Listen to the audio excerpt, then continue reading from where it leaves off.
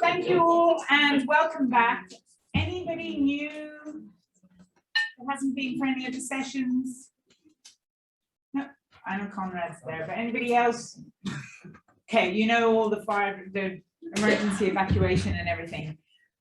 This, I think, is kind of the culmination of this morning session to that whole focus on data-driven culture and driving culture and the amount of data that we're having to work through. And so Jo Riley is going to initially deliver a presentation. Jo is one of our facilitators, and she really is kind of passionate about leadership and working with teams and seeing how different ways of leading work. Again, a thing I think which is very good with ATI-Mirage, the trainers have strong connections to business and industry and understand kind of business needs, and you've got financial expertise in your past. So Jo is going to do a presentation, and then we're going to have on the screen here a gentleman called Aaron Francis. So he isn't in the room, he's on screen. Oh, there he is, sorry. So, and welcome back to our virtual attendees as well. So Aaron,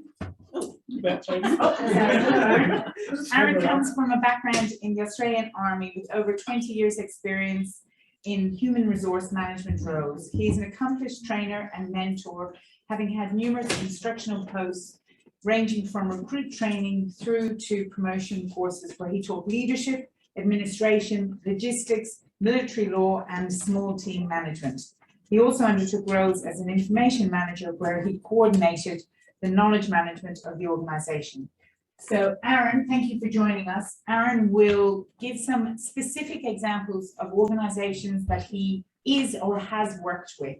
So again, this is an opportunity to kind of think about how other organizations are doing it. Maybe you could learn from them. And then we will have a panel discussion, which Jo will lead, asking firstly Aaron questions, and then around here, but we'll then open the floor to everybody. And this session will finish at 2 o'clock. So I'll now shut up. Over to Jo. Thank you. Thank you once again for sticking with us today and coming along to this session. Data. Wow, haven't we got a lot of data out there? And it just keeps growing and growing and growing. The speed and the variety and the complexity of the data that we are receiving can feel almost out of control at some points. So what we want to really do is how do we capture that data and make it into something meaningful? Okay, how do we analyze it? How do we transform it into something that is going to benefit us in terms of our business outcomes, but also our people outcomes as well? So what we want to talk about today, there we go, is I want to have just a quick chat. I won't be talking to you for very long because I want to get Aaron involved in this discussion, but we're going to have a look at what data is, why it matters.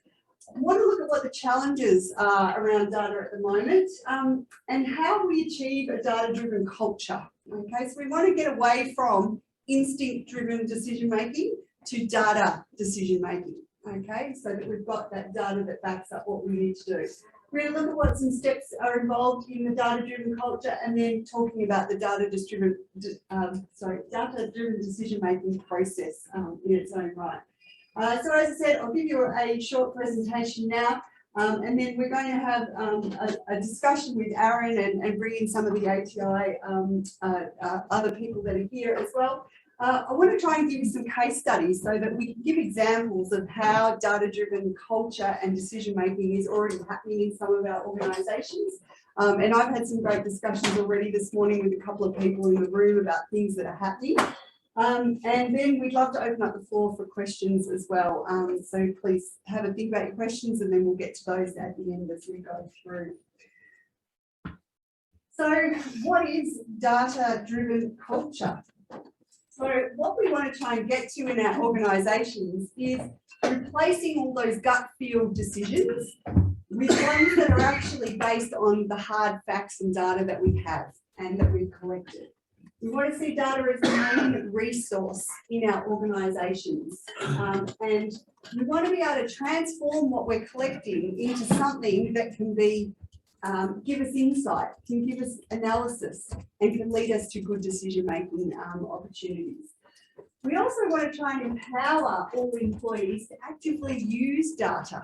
Okay, I'm sure we've all been in situations where we know that our organisation is collecting it, but we just can't get our hands on it to use it. Okay, so it really has to flow through the whole organisation and be everyone have access to that. We also want to reduce any generalizations and assumptions that we might make, okay? Because we could be ticking along in our businesses making all sorts of assumptions, but when we actually look at the data, it's telling us something completely different, okay? So that's where we want to get to when we're looking at data drilling down to our decision making. But one thing with this is we don't want people to just blindly follow data. Okay, because sometimes the data can mislead us or show us something that we're not quite expecting. So we also need to overlay data with critical thinking skills, with decision-making skills, interpretation skills. So our data literacy skills also have to be at a good level as well. One thing we do know is that organisations that use data for decision-making performing at about 30% better in terms of their matrices than other companies. So it is a really big area to look at. So why does it matter? Well, it matters because of that 30% figure, okay, but also it promotes collaboration between different teams. So a lot of the times in organisations, the data is owned by the IT department. Does anyone know anyone in the IT departments? Yeah, a couple of people, great. That's what we want to see. Often the IT department is this little utopia that happens over here and it's not integrated into how we work day to day. So part of this is promoting collaboration. It's also promoting collaboration on the ground floor. Who's got the data that you want? Who's run this data before? Who's done analysis before? How can we collaborate? It fosters openness and accessibility. So if everyone can see the data being collected by your organisation, then we can access it and we can all use it, okay? And we can also target it. So development of products and services based on the data that we've got, okay? Not just a gut feel, I think we should bring out a new brand of car because it looks good. Let's have some data around that. We should open up a new restaurant here just because I reckon it'll take off. You know, what's the logistical demographic data in that area? What's the traffic data look like? Okay, so this is where we want to get to. But then also from a people point of view, what are my optimal staffing levels look like? Okay, you know, why am I losing 25% of my staff every year? How do I hold on to my high performing staff? What are the data that we can collect to help us drive some decisions around those things as well? And I'm hopefully going to show you, well, I am going to tell you about some examples around that as well. What challenges does this present to us? As I said, shifting the ownership from IT to everyone. Now, it may not be your IT department, it might be another department that has all the information. I shouldn't just count the IT part of this because it may not necessarily be that. But making data everybody in the organisation own it. Also understanding that this data is an asset. Okay. A lot of data is being collected by our organisations, whether we like it or not. You know, everyone who signs up for something, everyone who's come through your front door, whatever it may be, okay? So we're collecting that data, but it's not a byproduct. We want to see it as the asset. I'm collecting this stuff, what can I do with it? How can I help it promote or better my business and my people? We want to connect the data insights by creating business value. So it's all very well to say, I know how many hours my staff are working, but what does that mean in terms of creating business value or creating value for the team? Okay, how do we bring that data across to make it valuable? The silos. You might also have different departments in your organisation collecting different data, but none of it gets matched together. Or you might have different departments collecting the same data. And then what are we doing that for? We've already collected it over here. Okay, does anyone think that's happening in their organisations at the moment? Yeah, got a few nods, didn't I? Yeah, that's right. So improving the quality or type of data available is really important. So what is it that we're asking? What is it that we're collecting already? What could we be collecting? You'd be surprised how much people want to tell you about themselves, you know, so what could we be collecting? And then we've also got to think about security issues though as well, because if we start opening up all of our data to everybody in our organisation, are we still compliant with privacy? Are we still following all the laws in that regard? And how do we keep it all secure? Okay, because we don't want it to leak out of our organisations generally. So there's some of the things that we need to think about in terms of the challenges that it presents for us. But how do we move our organisations towards a data-driven culture? Now, a lot of leaders will say, oh, well, we just purchase more tech. You know, let's get another spreadsheet going, or let's get another database going. But actually, that's not where it happens. The technology component of moving towards data-driven culture is only about 8%. It's the people and the process that are our roadblocks, and that's where we need to focus a lot of our attention. And it comes down to these 4 things, which have been looked at by an article in Forbes.com, which is where we looked at this one here. So we need to look at the shift in mindset. So leaders must believe in using data for decision making. Okay, it's about our leadership modelling. Okay, we also need to think about how we could generate some quick wins with data to show people that it can be used and it can be successful. And we also need to be not afraid as leaders to test the data and to challenge it and to investigate it and see what happens. Okay, because that mindset then becomes that the data is key to our decision-making process. We also need to think about skill set as well. So do we have the skills for people to be able to read this data, to interpret it? How many times have we had a dashboard said, here's a new dashboard, and we look at it and we go, I don't even know what it's telling me here, because no one taught me how to read it. Okay. So what does our skill set look like? How do we improve data literacy across our whole organisation? The other layer, as I spoke about just before, with that is how do we get people to critically think about the data? How do we make them to, get them to use it for decision-making purposes as well? There's a saying about the best library in the world isn't valuable to someone who can't read. And the same applies to data. If I give you a spreadsheet and you have no idea what it is, what's the point?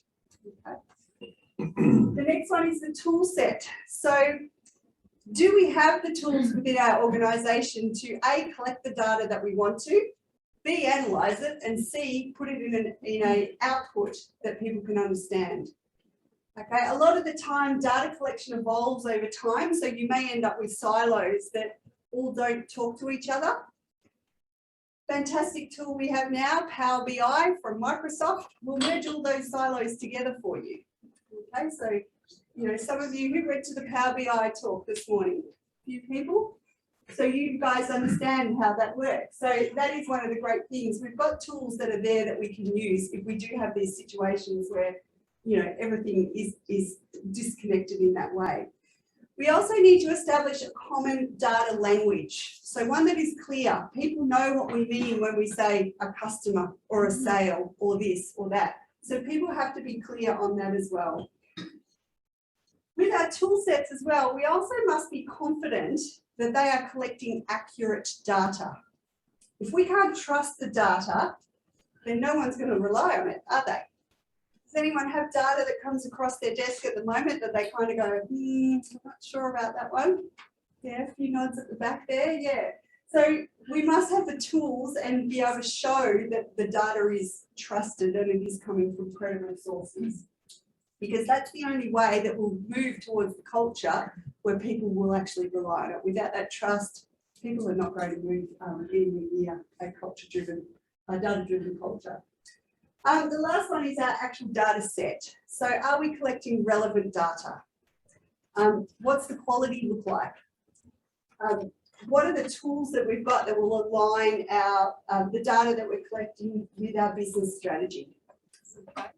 And overarching all of this is how do we get that balance between oversight and the governance of that data as well.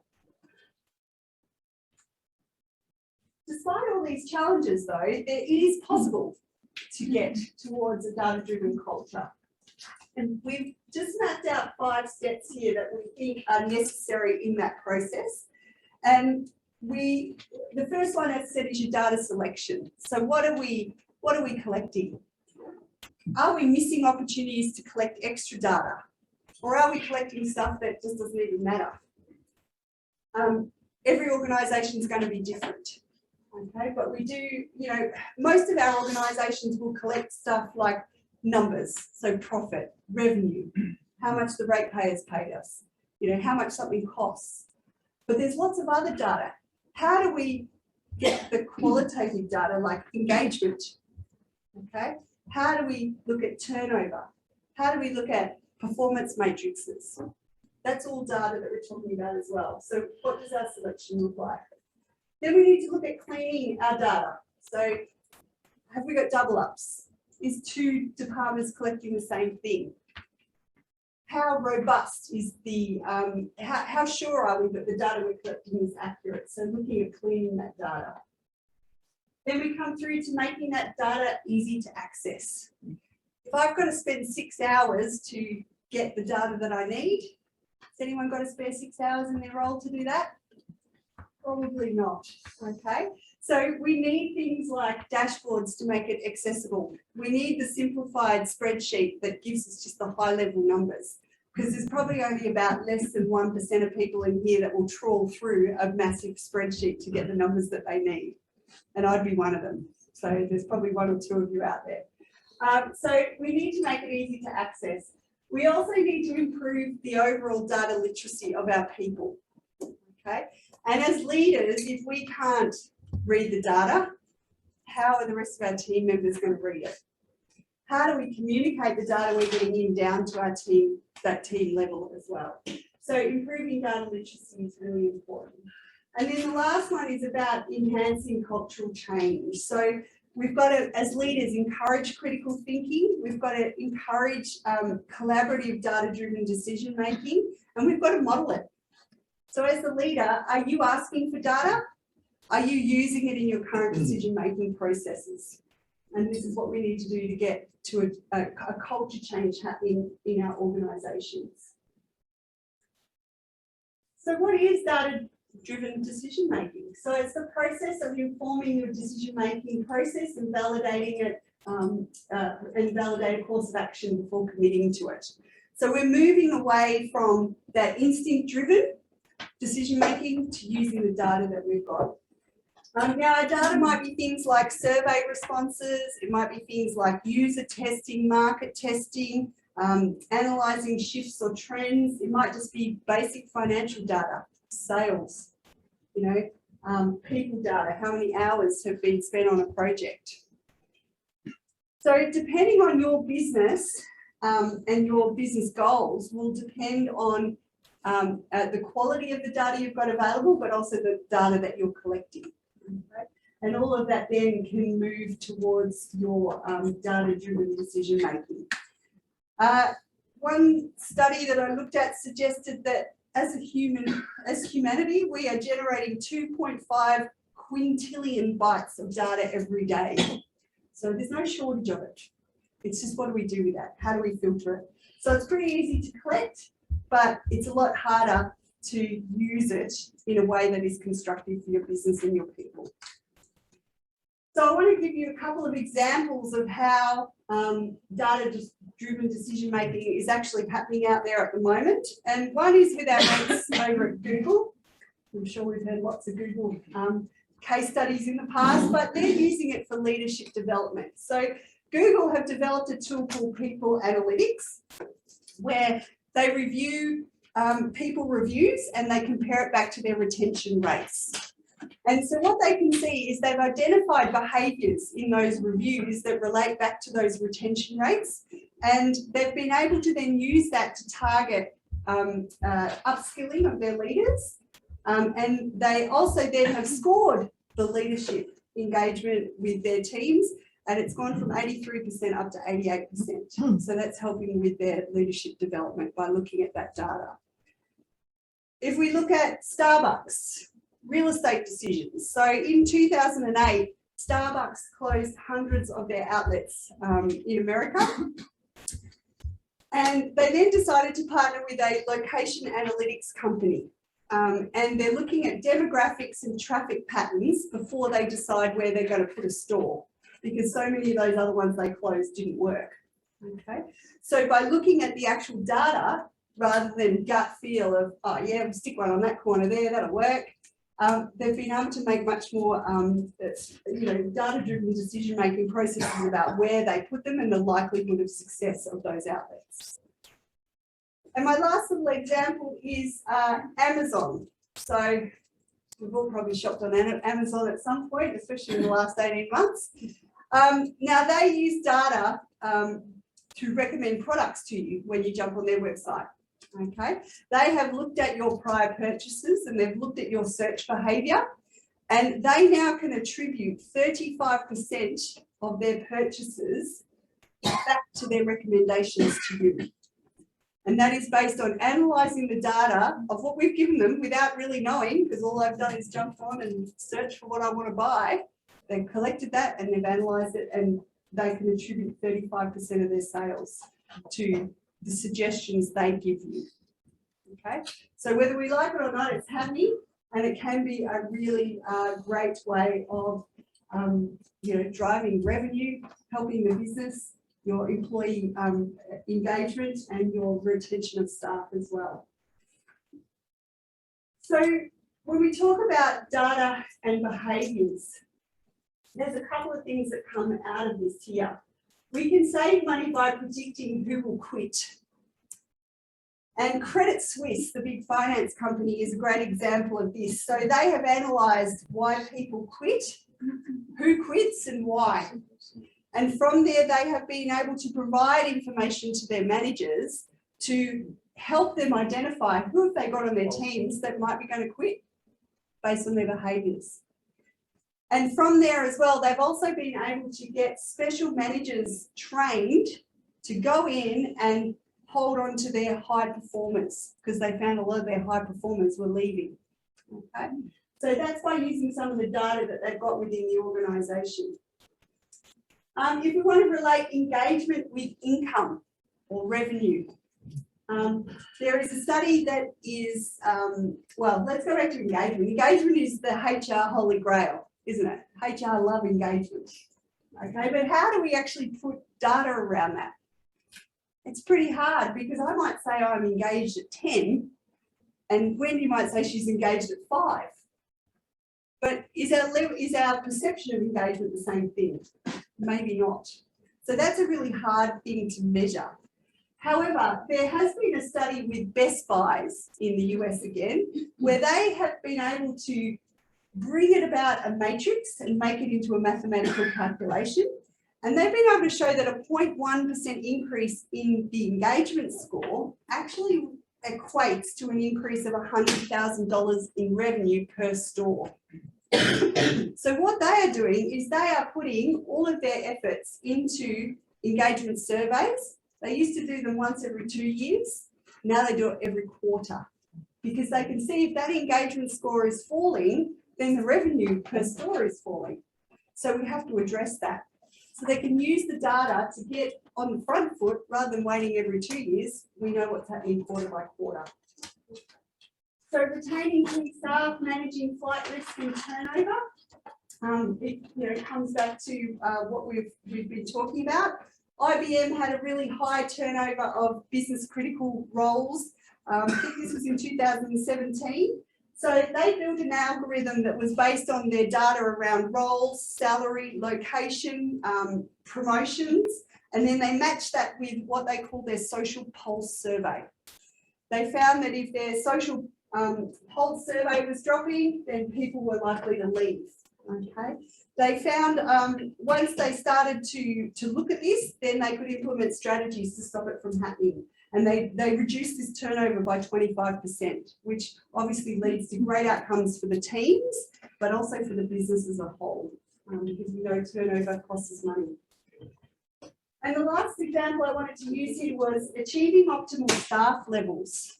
Okay, so if you've got an organisation where you've got some departments are overstaffed, but some are understaffed, how do we work out across the board where we should have our optimal staffing levels? So there was a mining company in Zimbabwe concerned with this. They were losing money because of some were overstaffed and some were understaffed. They were able to, again, use the data that they had to come up with a link between the number of employees and the business activity. So they'll be able to come up with a number link to make that connection, and it could be identified. And that allowed them then to work out where the optimal staff levels should look. They redeployed people from the overstaffed to the understaffed. They did retrench some people, but then they were also able to analyse that after 2 months, the productivity improved so much that the retrenchment costs had been net zero. So this is where data gives a lot of power in terms of looking at these things and looking to be able to use them. Things like the climate and pulse checks and engagement surveys. There's other tools that can be used like with management as well, Wendy. So Wendy can have a talk to that a bit later. But we certainly have got lots of tools that we can use to have a look at this. What I would like to do now is I'd like to bring Aaron into our conversation. So I'll get Billy to bring him up onto the screen. Hello, Aaron. Hi, Aaron. Hi, Aaron. Hello. This is Aaron, everybody. What we would like to do, I'm just going to pose some questions to Aaron, and I'm going to get him to have give us his views on some of these things. So that, yeah, and then as I said, we'll open up the floor to more questions at the end. So Aaron, if we're thinking about data from a hybrid workplace perspective, where do you see some of the need for us to focus our data collection from a people perspective?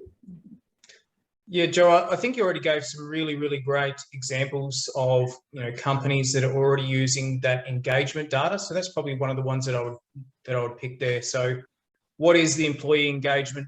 Happy employees are going to be productive and good employees. So what's that engagement level? And looking at that, I suppose there's a lot of those modern HR software programs now that really have that inbuilt and have those surveys that are inbuilt. You can get that sort of live tracking all the time. So that's one of those key ones.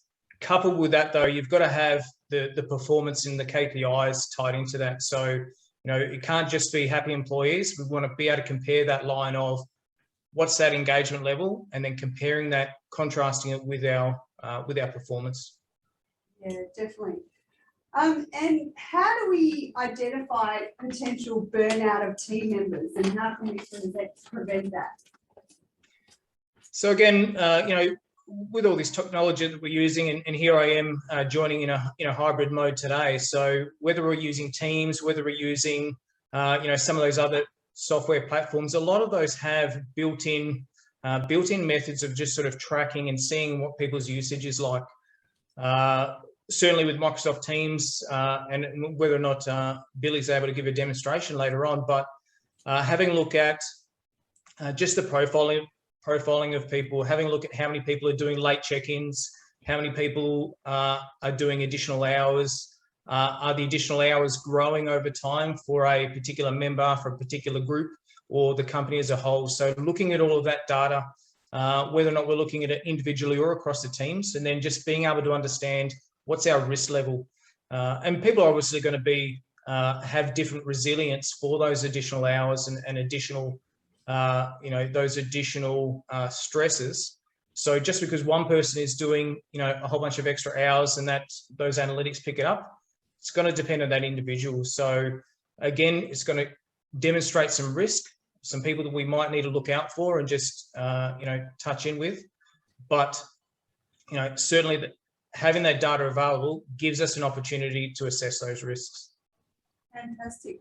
Can I just throw to Carol for a moment? Carol and I had a discussion just previously about what's coming at your workplace, Carol. So can I throw to you? Department of Transport, we're rolling out a desk utilisation system. and that will give us all the data on how the office is occupied. So at the moment, we think we're running on about 50% occupancy. That's just from data that we've taken manually by walking around the office. Now we're putting in an app that will log people through their laptops or through the Wi-Fi. So that'll give us live data on how the office is used. So again, another great example that we've collected that data and then how we're going to use that. And so it's great to collect that data, but what's the purpose of that? Well, the purpose of it is to understand how the space is used and how we can use it more efficiently, whether we need to bring in more people, or if we've got a project group, we could relocate them to another office. So we're just rolling it out now. We've got it in our Fremantle office. We'll soon have it in our 140 office and then another bigger office that has about 600 people. So that data will just help us accommodate people. And have you communicated to everybody, so in terms of change management? Yeah, we have, yeah. And we've done a lot of communication. We've done some road shows where we've showed people how it works. We thought that there might be some kickback on Big Brother, and you know, we had a few questions, people wondering if we could see that they were working from home or not, which we can't. So it really is just the occupation of the office, not really the person. We're not tracking people or anything like that. So far, it's so good. You've been running for a while, just to get rid of that bias that will happen when people are trying to. Yeah, we've had it running for about a month in our Fremantle office, and that's all settled down now. It's working quite nicely, and we'll start the next office, I think, probably next week, and we'll be ready for people to have all their questions. Got a lot of FAQs on it. Get your details on. Yeah, it does. So you can find a room as well. You don't book it through the system, but if you're a new starter and you're coming into the building, you're not wandering around looking for a room. You just tap on the touch screen and it'll tell you, you know, shows a floor plan. So it's very easy to use, but the back of it, of course, being an accommodation, that gives us all the live data that we need. Yeah, if I can run a live example. So bringing, sorry. Yeah, a live example of that. So I was involved in the Bankwest Place project when that launched, which is going to activity-based working. So no one had desks, but they had work settings. So similar to you, that they measured the space in the old Bankwest Tower and various sites, and they realised through data that at any given time, only 80% of the staff were actually occupied in the floor space due to leave, travel, mobile teams out, whatever it is. So why are they paying for 20% floor space that's actually underutilised? So when they moved to activity-based working, then they couldn't find people because they were working everywhere. That information went back to IT, saying it would be great if we could be able to find people very quickly because they're working anywhere in the building or at home. So they came up with something on what you're talking about. It was called a colleague locator. They don't call staff there, they call them colleagues, well they did back then. And therefore, if you wanted to find somebody, you press the app, the ping from their laptop would let you know what floor they're in and which desk they're at, so you could go straight there. But the idea is to measure the work settings to see what's being used. So fast forward a couple of years when Commonwealth Bank decided they loved the building and wanted to actually come in, they looked at what was not utilised through that data and then was able to accommodate extra staff, in this case Commonwealth, to integrate themselves into the building. They all came very similar to what you're saying. So it's alive and well out there, this sort of technology to help with workplaces that are transitioning into flexible workplaces. Yeah. And Aaron, I think it's really important there as well, and getting that data. So for one, you can obviously make savings on floor space to a degree, but a lot of workplaces are also going to be transitioning into models where they have a better use of the space. So having more of like a lobby space for entering entering the business, having areas that are much more suitable for single working, and they might be closed off small like pods. Then you might have open plan kind of areas where project teams can get into, and then a lot more sort of collaborative spaces as well. So then you've got those options. And again, using all the data that you've picked up from that app, you can find out those preferences over time, what's the occupancy over time, and then plan those activities around that data. So using that data again to maximize the productivity you can pull out of this hybrid model. Thanks, Aaron. And one of the things that Aaron and I spoke about when we were preparing for this topic was a lot of data now is being collected by AI. Artificial intelligence is collecting a lot of data in the background. So Aaron, can I ask you to talk to what AI bias is and why we need to be careful with what AI data is actually telling us? Yeah, thanks, Joe. So AI bias is essentially unintentional bias that gets built into the algorithm. So once we teach AI something, and we've got to teach it by giving it a data set. And again, so going back to those previous slides about selecting that data, cleaning that data, etc. But we give that data set, use that machine learning to sort of pull out those insights. And what we can find is that that can create that bias. For example, if I'm in a recruiting space and I'm trying to use AI to support my recruiting, and I build this algorithm that's going to support that, all the data I feed in. And if my data set, for example, has a lot of males that were successful in these roles over time, the AI may pick up, the males are really, really good here. We should hire more males. So you've got to be really, really careful of that bias, because you might have a limited data set and might be skewed in one particular way. So you've really got to sort of step back. And there's a couple of things we can do about that as well. So making sure that we look at the results that come back out, do some, analysis back the other way, have a look at, I suppose, the statistical analysis that's coming back the other way, having a look, comparing, I suppose, is it what we would expect, using a gut feel at first and then trying to use statistical analysis to come back against it. But the real key here is that we can't see what's inside the box. Okay, so once we've fed it the data, we can't see, what that AI is thinking as such. So we've got to look at what's coming out. We can't, it won't explain why it's picked, necessarily picked or recommended certain courses of action. So we've got to then use a little bit of quality control there to then work backwards and think, whether or not we take 10% of cases or 10% of the data that the AI spits out, and we go backwards and use our stats to kind of verify that they were correct choices.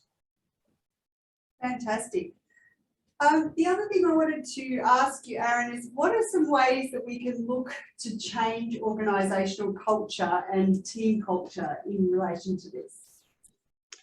Yeah, so I think two things we can talk about here today. So one is that data-driven culture, but then we can also talk about how we can influence culture about the hybrid model and maximising that as well. So organisationally, if we want to look at data-driven, a lot of this should start from the top. So being a leader, modelling your decision-making based on data. So asking those, clear questions about data. When you want a decision, you're going to be asking for key data to be provided, not just recommendations. You're asking for recommendations with all that supporting data, and then having a look at holes in that as well and asking, okay, are we selecting all the right data to begin with to support this?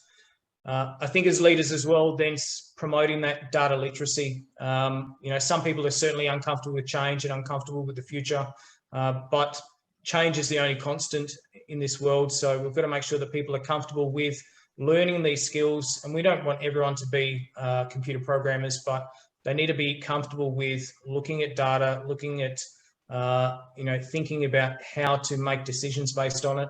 Make sure that our people understand the difference between correlation and causation, because that's really important as well. So certainly modelling those behaviours. Other things we can do as well, make sure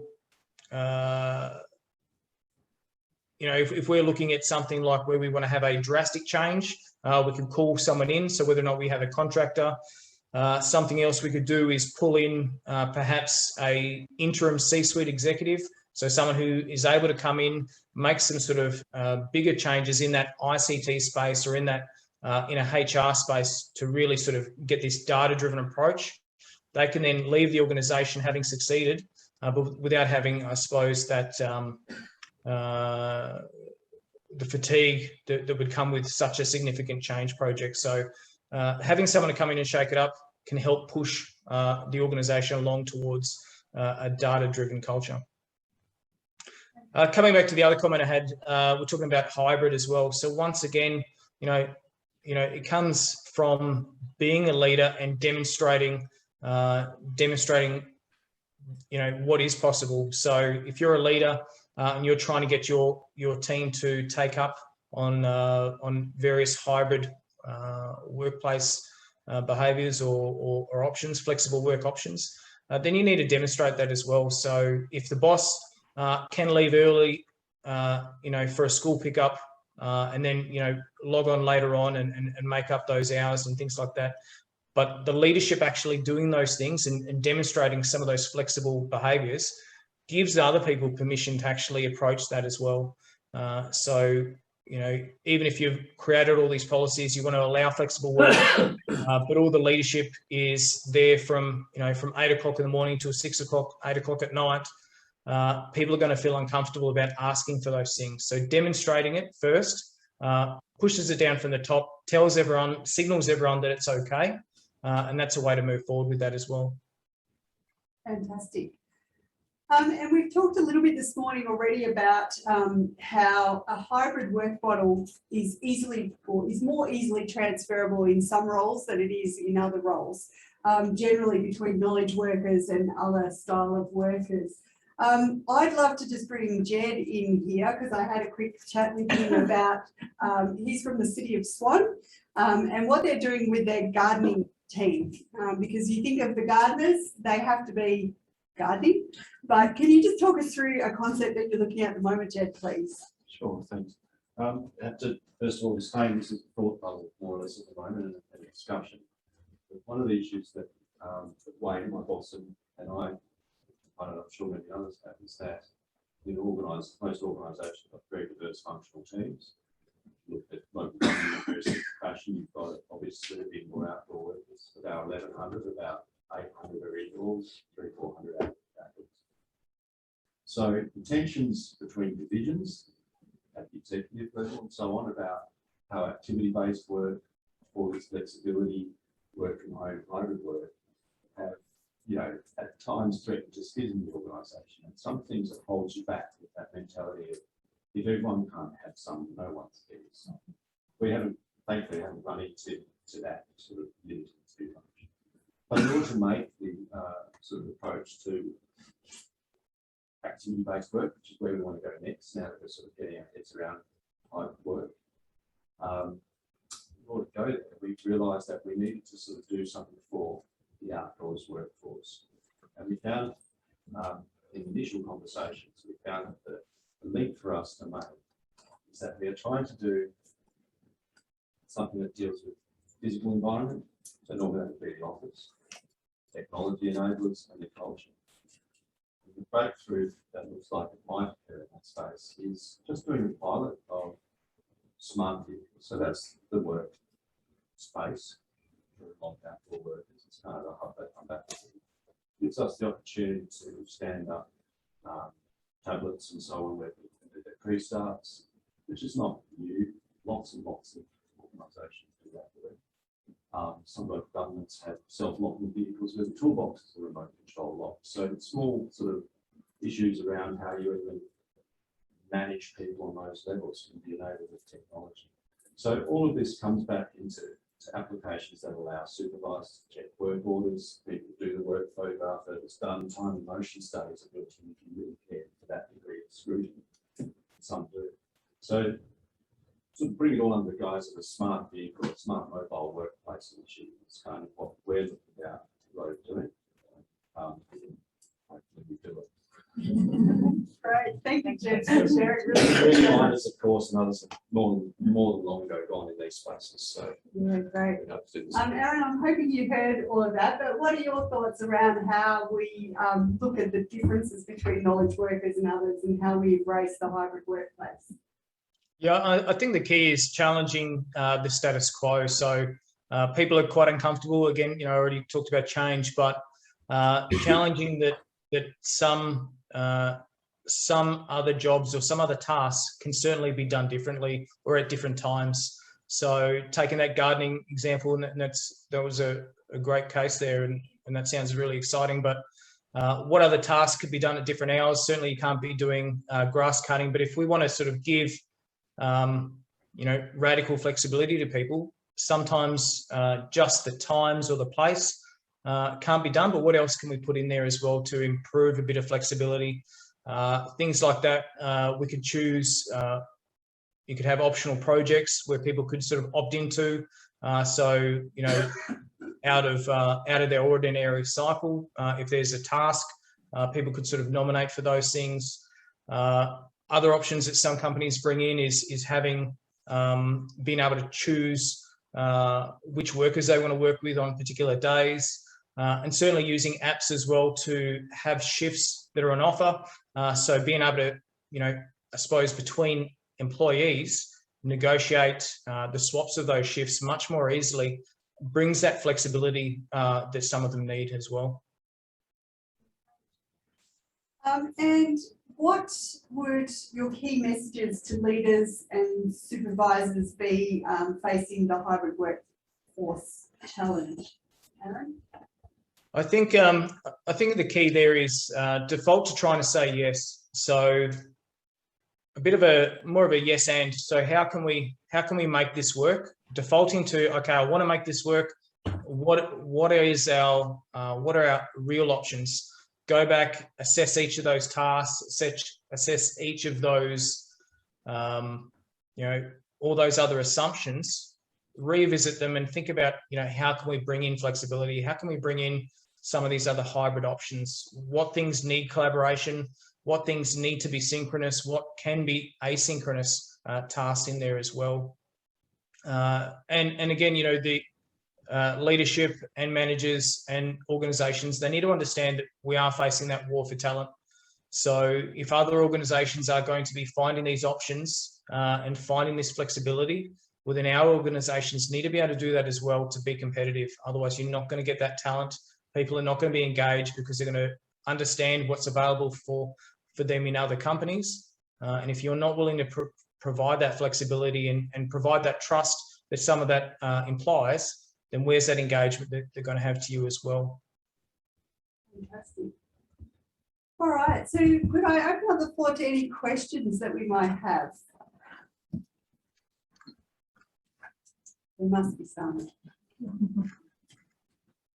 Or comments or things that you want to, because one of the things that in that kind of data quest, I'm interested to know what challenges that you are seeing with accessing data. That bridge between IT departments and non-IT departments.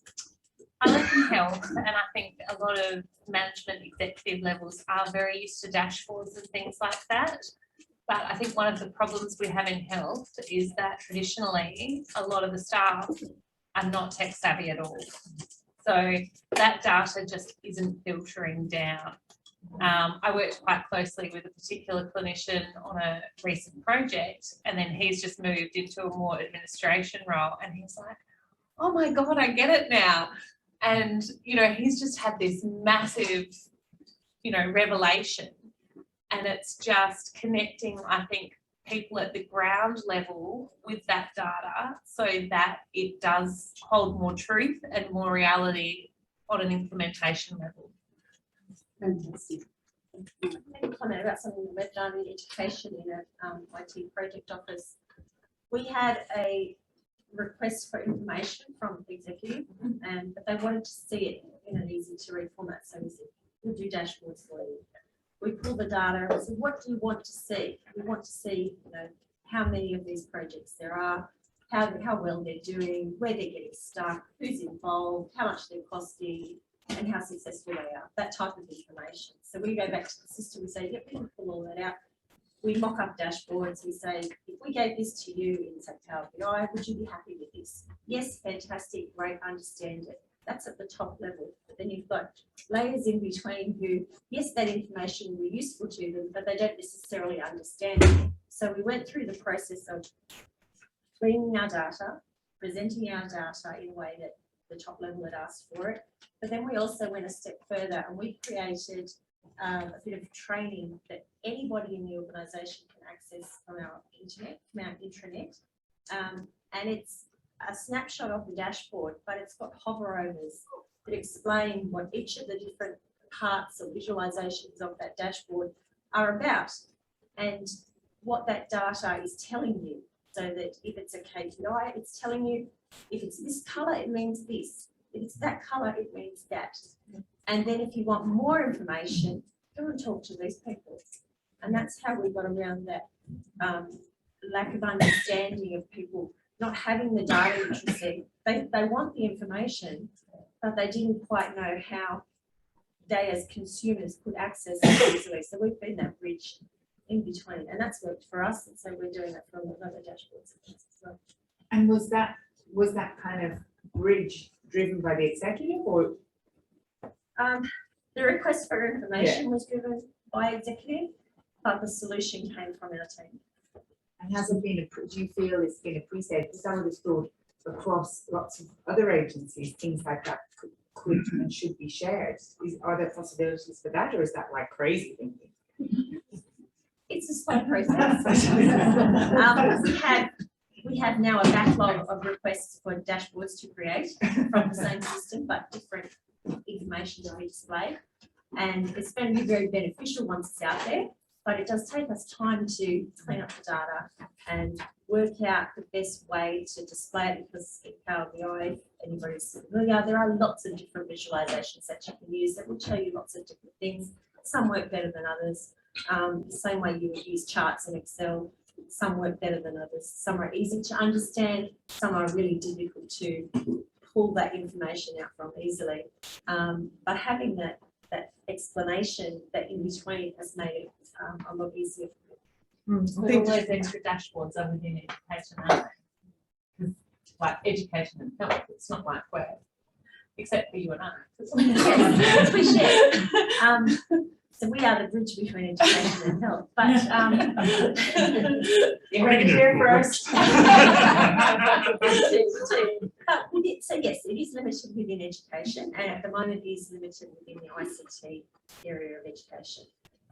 But we are looking at this as, I guess, a bit of a trial, see how it's accepted, how well it works, how easy or how difficult it is to implement.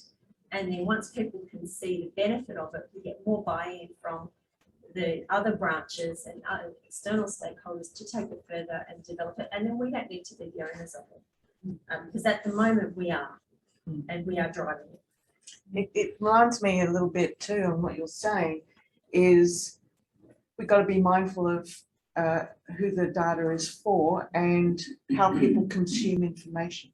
Absolutely. And It's a big driver because for there's a us. lot of skimmers and scanners out there, not scammers, scanners. And so if you're busy and you've got a lot of information, you're scanning, how is it presented so that you can get that information quickly? So the consumability of that is key in how it gets presented. Absolutely, and to that end, we've created different levels of the dashboard too. So you can see a portfolio view if you are at executive level. You can see a program view if you are next level down if you're a program manager, and then you can see project view. So we have those layers of detail as well.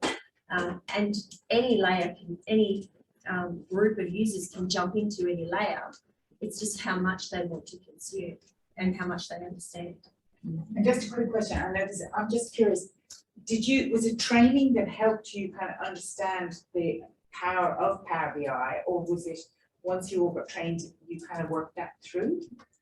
So I think different members of our team brought different things to it. So I didn't know Power BI when I came into the team. My manager is very good. I don't know if One of the other sessions.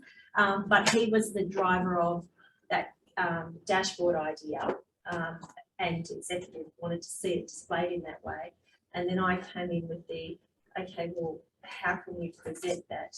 And let's do these mock-ups and let's ask the different user groups what they want to see and how we can present it. Let's play around with the different visualizations. And then I create the training that goes with that as well. So having an education and IT background has helped me because I've had some of those skills and I've been supported to learn additional skills in that role. But outside of our space, there's not a lot of understanding of how that works. So our idea is to do it, to show it, to share it, and to try and get buy-in from everybody else to start on that learning path themselves so we don't have to do it ourselves. Thank you for generously sharing that. Billy, do you have anything? Just a couple of things that come to my mind really, but especially in sharing the dashboard and getting the audience to learn that dashboard as well, how to use that. And obviously, like video recording is really good to also share that information. And I was thinking also of story and articulate, where you click on things. That's and how what I did. I created it in Articulate and I put it into our LMS and they can access it from the internet and they can revisit it at any time. And because it's not a recording that you play, so you don't have to go and find the spot. It's that particular one is a dashboard with hobbers and you can click anywhere and get more information at any time. So Articulate is part of the e-learning. Yeah, Articulate Storyline is like the e-learning sort of development tool, and it records actions. We click on things, the audience has got to do, click on the same thing, reveal something like an action trigger, and then you get some sort of reaction from it. So it's like e-learning tool, as it was, which is like a web page. Like a web page, you can pop it in other sort of platforms as well, and URL links to it as well. You can utilize it, LMS. Learn management system as well. And then if we're thinking about data-driven decisions, then we could also track how many people clicked on that to I look do at it. those analytics as well. Yeah, So I run a and report we've got from the that data and we system, can then who's use done it. the course, what business area they were from, Great. did they complete it, and I have the details. So we can put that in the dashboard too. Fantastic. I've got a question here and then a question there. One thing, which it's an observation probably, because working in government for a while now, I've come to the conclusion that government sometimes functions despite itself rather than because of itself. I'm sure that's not a revelation for anyone. But particularly being in an area where we've had a number of bits of government sort of squashed together under machinery government. So which department do you? The MERS, on which say mines and industry regulation. So we strike, very commonly we'll strike parts of the organisation that are still heavily siloed, and you approach them and say, look, we're aggregating data, we're data warehousing, we'd like to draw on this data. Oh, you can't touch that. The legislation says you're not allowed to. And so then the obvious next question comes up, well, what do we need to do to change the legislation? Who controls that? Oh, we do. So can we then judge, oh, no, you can't change the legislation. So there's this whole culture around protectionism and the thing that, the legislation says, so that's the way we've always done it. So we've learned we need extremely long lead times from a change management perspective, not to get the change done, just to work on the fact that we can get to the point where someone will consider doing it. That's the change management. Absolutely, yeah. Look, absolutely, part of it relies on leadership, and a change in leadership makes a significant difference to those inroads starting to occur. But in some cases where you want to aggregate data, you have challenges that you just never would have anticipated that you need to do. Yeah. It's just more an observation and something that we picked up in an early session that was in the story. So we've gone a little bit down the track of building lots of dashboards. Not with Steve, West Farmers. Okay. So we've done quite a lot of work recently about turning all of our training competency data into dashboards, because our LMS is fantastic in some ways. Its reporting capability is thanks. And nobody can get any figures out of it. So a lot of work has been done to build dashboards and like you're describing different audiences, different reports, different views, etc.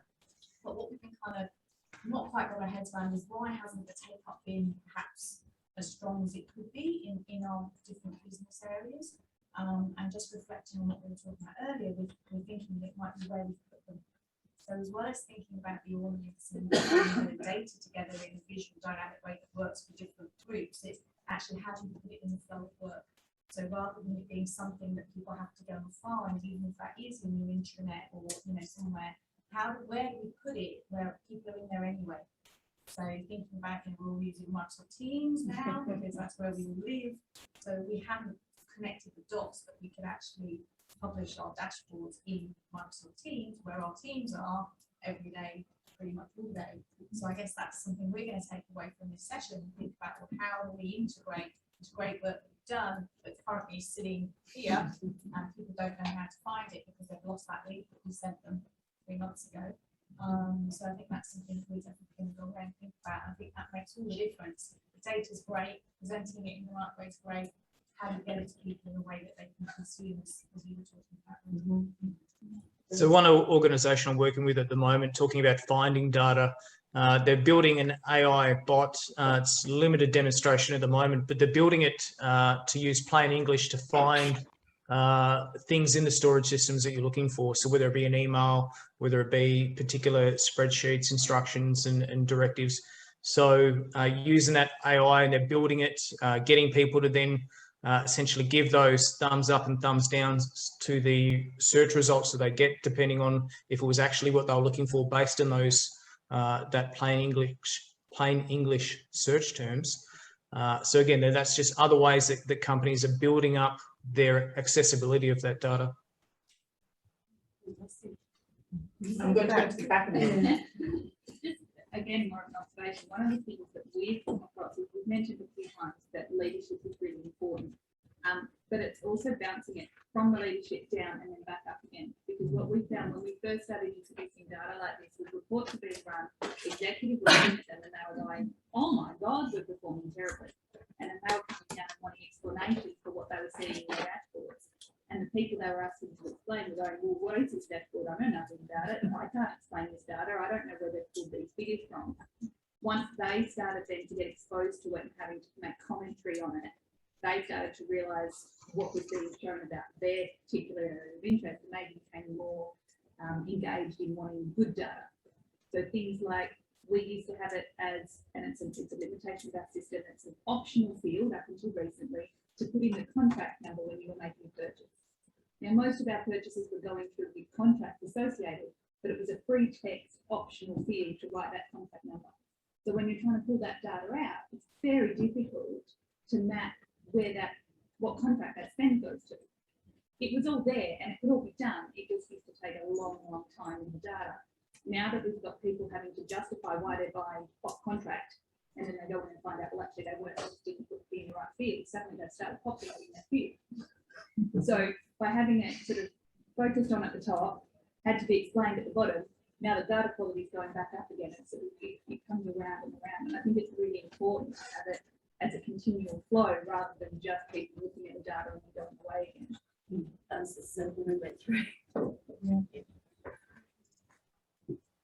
Yeah, just a question on data strategy. What sort of the focus has been on today is that enable grassroots data skills with Power BI and other not Microsoft sponsored business intelligence tools we wouldn't mention today. So what you get in an organization is 50 or 500 functions of fabulous siloed data quality and some great cross links going on. But in your experience, are you seeing a trend where people are trying to do technology-led change with a bit of PD around the edges, but actually there's no real data strategy? And just like digital transformation, there's a massive underestimation of the investment, the lead investment you need in data strategy that can coherently pull these wonderful new tools and capabilities together in order to not have that disjunct we're talking about with great top line reports that don't have anything beneath them, and a CEO who's literally got 700 great quality insights in front of them and doesn't know what to do with any of them. I think that's probably Billy and Wendy. I think that too, the PDIT. Any thoughts? From my perspective, I think you're correct. And in terms of what we saw, say, at the beginning of COVID, where suddenly there was this investment in tech, and all roads are kind of pointing to let's do all teams, because Zoom then fell over at some point because of security issues and that type of thing, where all the investment was in there with a bit of PD around the side of that. But that comes at a cost, which is people's teams kind of band-aided up a little bit and just using for chat and not necessarily aware of the communication that might be needed to change and how to engage over that particular medium. So that's definitely something that I saw was investment in tech, bit of PD around the edge, cross our fingers. Off she goes. Off we go. Yeah, but it's now sort of coming to swing back again, I think. Do you have any thoughts around that? Not really. No? Okay. But I think the example that you gave, I'm sorry, I don't know your name, Sally, about using, that kind of using Teams in a particular way and then going, oh, hold on a minute, we could use it in a different way for the same. Yeah, I think it's still evolving. Yeah. I mean, we definitely use Teams in almost, emergency mode. Like, oh my God, what are we going to do?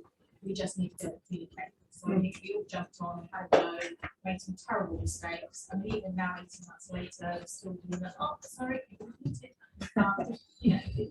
But we're all everybody with it, we're all human. But I think we've definitely evolved. We now have some clear ideas of when talk to Teams is really effective, when it's less effective. We've got used to kind of doing blended. So when we are in an office together, we know it's better to get together. However, not everybody can be there. So we've got used to doing a bit of both. And yes, it's a bit more challenging to organise those sessions where you're people in the room and people online. But it's a new skill set that I think will continue to develop and evolve. And I think there's lots of resources out there. Lots of bite-sized learning chunks and things that you can access to kind of help upskill. But I do think you have to be a bit self-directed in that, and you have to kind of want to learn. I'm not sure that there's not a program you can do, I don't think, that just helps you with all of that. But I think if you're interested, there's lots of free resources out there to support. And I think, as a leader in business, we set the protocols, we set the standards, we demonstrate what we're talking about and try and be as inclusively as possible, but always kind of focusing on what's the most effective tool for this particular activity or outcome that we're looking for. Sometimes Teams is useful, sometimes it's necessary. I just don't think there's a one size fits all. It's going to be about what you're trying to achieve. I mean, we've had Teams meetings at a corporate level where our CEO was doing sort of quarterly financial updates that normally leaders forums. There's normally like a couple of hundred leaders in some nice swanky venue somewhere. It's all very nice. And we did all of that via Teams this year, and then there's no way it would be a disaster. Who wants to sit and listen to a couple of hours of boring stats and figures and financial results? The feedback was amazing. Everybody really enjoyed it. They actually felt they were more connected to the CEO directly because he was talking to them than being in a large venue where he might be sort of off in the distance. So actually we retained that, and we're now doing regular updates via Teams plus less frequent large type events. So actually that's something that's always going to be part of how we communicate now. And that you did a survey afterwards to find out, how did you get the? Because everybody was on the chat during the session and was actually talking about how great it was. They were able to ask direct questions because you can use the chat functionality as the person's talking. Somebody was managing that and making sure that the responses, if they weren't able to respond during the session, following up afterwards. Yeah. So I think people actually got a lot out of it that they might not get in a face-to-face environment. Thank you. Sorry, Joe and Paula. Yes. Sorry, just to circle back to the question before that one, we were talking about strategy. And I was just waiting for an opportunity to jump in. But talking about strategy and organizations, so because we're really just hitting this, and I know it was talked about this morning, but really hitting this industrial revolution 4.0. So companies are just getting into this space and organizations are getting into this space. And, I suppose timely, 2 weeks ago was Department of Defence had introduced their first ever data strategy, released it out. So, these larger organisations are just sort of hitting this space now and making sure that it's aligned with organisational objectives. So these things are happening, and they're looking at that data strategy and what do we want to get from it? How are we going to, get, what specific insights do we want, and how is that relating back to our organisational requirements? That's great. Thanks, Darren. Any questions, comments? Just one other comment for all of us that deal with requests for data and presenting data to people, and sitting through God knows how many PowerPoint presentations with PowerPoints on them that are so small and so hard to read, and that no one can figure out what they're actually trying to say. The thing about all of that is that there's a difference between presenting data to someone and presenting something that says, here's what this data is saying. And the graphic just proves whatever the title and the comment is.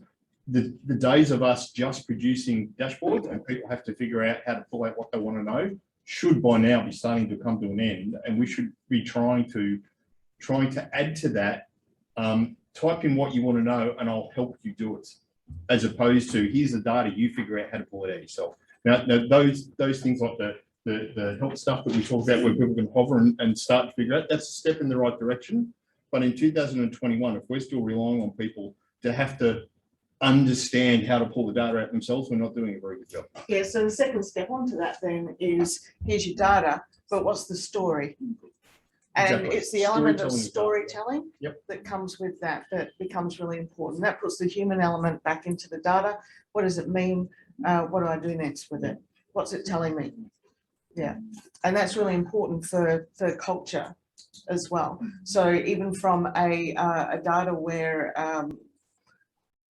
hypothetical, I could name a few organisations where there's the term toxic culture that's been bandied around a little bit. I'm sure you've all heard of it at some point or another, where we might get a call saying this is what's going on in the organisation, but actually all roads lead to one person. And that one person's been moved around from time to time to time, not actually dealt with. So going and even doing some sort of climate or pulse survey with a team or with a whole team to actually take a good look at what's going on with the culture and what is that story saying, where it comes out, it's actually narrowed, it's actually not all your people, it's here. All right, and what's the story there? Now what's the next story of this team that we have to deal with it? So this is where some of the profiles, it's slightly different to what you're saying, but the pulse checks and the climate surveys that tell that story, and the actions then create the new story going forward.